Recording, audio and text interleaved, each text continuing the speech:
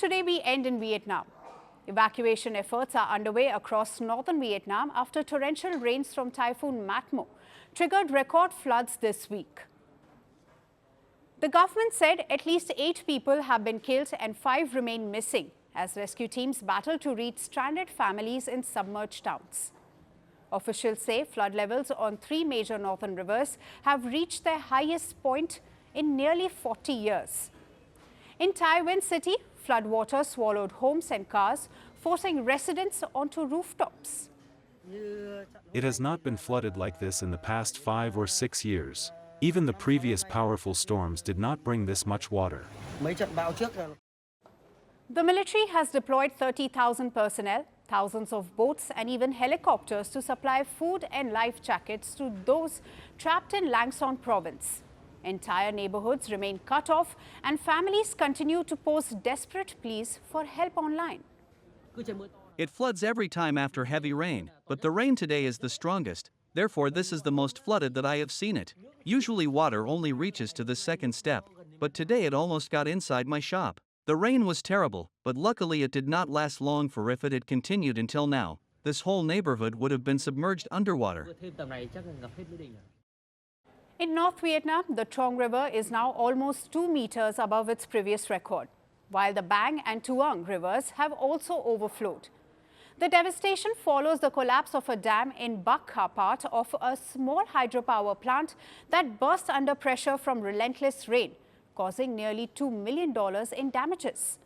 More than 200 families were evacuated downstream. Authorities confirmed that 3 people were killed in landslides in 2 provinces in northern Vietnam, while 4 others remain missing after being swept away by flash floods in the same region. The floods mark Vietnam's 5th major storm disaster since September. Matmo, which weakened before reaching Vietnam, had earlier lashed 2 provinces in southern China. It forced the evacuation of over 347,000 people and caused widespread blackouts and damage. In China, the storm made landfall in the southwestern region with winds of up to 151 kilometers per hour, uprooting trees, toppling billboards and flooding entire villages.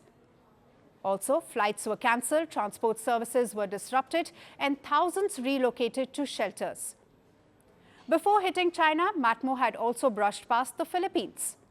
Forecasters had warned of life-threatening floods and storm surges just days after a deadly earthquake rocked the country.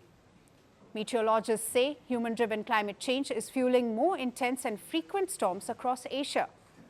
Vietnam is still reeling from last week's Typhoon Bua Loi that killed at least 56 people.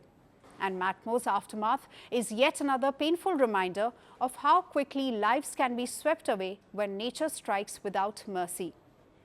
As the rains ease, rescue teams continue to comb through wreckage and rising waters.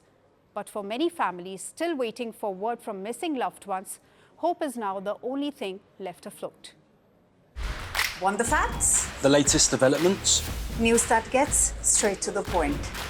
Well, we've got all 3 just for you. This is Firstpost Live, a brand new show, your window into what really matters. Don't miss it.